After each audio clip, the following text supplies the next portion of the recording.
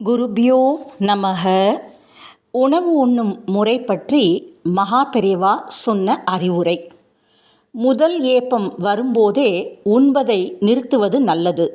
எப்போதும் பசி எடுத்த பிறகே உணவை தொட வேண்டும். சத்து ஆரோக்கியம் நிறைந்த உணவை நிதானமாக ருசித்து அளவாக உண்ணுங்கள். அடிக்கடி நொறுக்கு தீனி உண்ணக்கூடாது. இப்படி பயிற்சி எடுத்துக்கொண்டால் அதை சாப்பிடுவோமா இதை சாப்பிடுவோமா என மனம் அலைப்பாயாமல் படிப்படியாக அடங்கும். இதையெல்லாம் எதற்காக சொல்கிறேன் என்றால், உணவு கட்டுப்பாடு ஆத்ம விசாரத்திற்கு உதவும். ஆத்ம விசாரம் என்றால் மன தூய்மை. தவறான செயல்களில் நாம் ஈடுபடுவதற்கு மனமே காரணம். விரதத்தால் மனம் அடங்கும், புத்தி கட்டுப்பாட்டுக்குள் வரும். அதன்பின் நல்லதை மட்டுமே அது சிந்திக்கும்.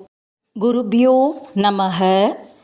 உணவு உண்ணும் முறை பற்றி மகா பெரியவா சொன்ன அறிவுரை. முதல் ஏப்பம் வரும்போதே உண்பதை நிறுத்துவது நல்லது. எப்போதும் பசி எடுத்த பிறகே உணவை தொட வேண்டும். சத்து ஆரோக்கியம் நிறைந்த உணவை நிதானமாக ருசித்து அளவாக உண்ணுங்கள். அடிக்கடி நொறுக்கு தீனி உண்ணக்கூடாது.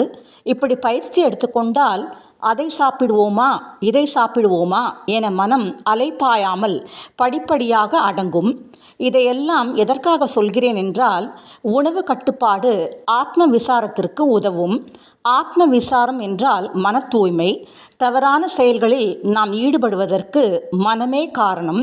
விரதத்தால் மனம் அடங்கும், புத்தி கட்டுப்பாட்டுக்குள் வரும். அதன்பின் நல்லதை மட்டுமே அது சிந்திக்கும்.